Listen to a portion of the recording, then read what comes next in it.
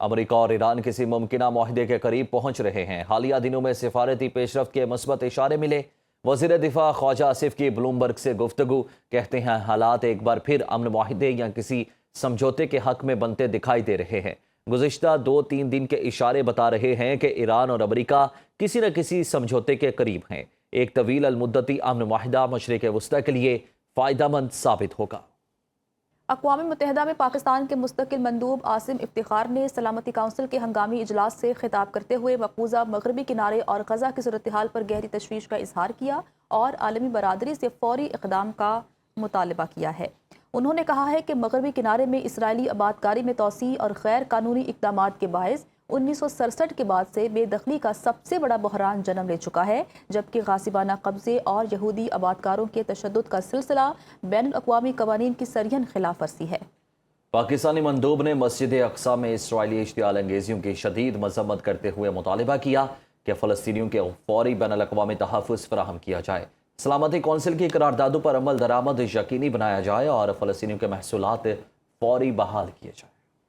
Libya میں اہم تنصیبات پر drone حملوں کا سلسلہ جاری ہے۔ ترک میڈیا کے مطابق شہر زاویہ میں پاور اسٹیشن کو ڈرون حملے کا نشانہ بنایا گیا، جس کے بعد اسٹیشن میں شدید آگ بھڑک اٹھی اور شعلے بلند ہوتے رہے۔ حملے کے نتیجے میں پاور اسٹیشن مکمل طور پر جل گیا، تاہم جانی نقصان کی تفصیلات سامنے نہیں آئیں۔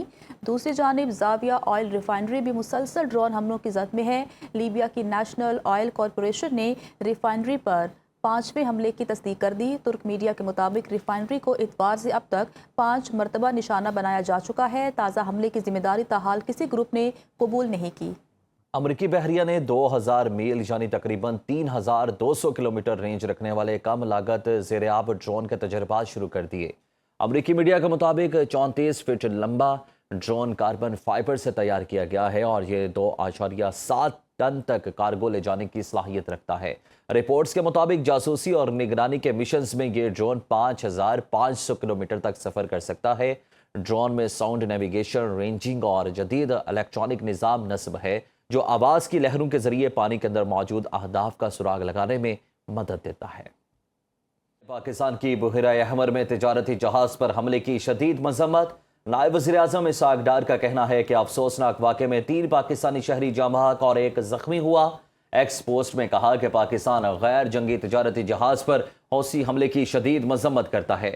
تجارتی جہازوں پر ایسے حملے بے گناہ انسانی جانوں کو خطرے میں ڈالتے ہیں۔ واقعے کی مزید تفصیلات اور حالات جاننے کے لیے متعلقہ سعودی حکام اور یمن کی تسلیم شدہ حکومت سے رابطے میں ہے۔ ریاض میں پاکستانی سفارت خانے کو متعلقہ حکام سے فوری رابطہ اور ضروری اقدامات کی ہدایات کر دی ہیں۔ جاں بحق پاکستانی شہریوں کی میتوں کی واپسی اور وطن منتقلی کے لیے تمام ضروری اقدامات کیے جائیں۔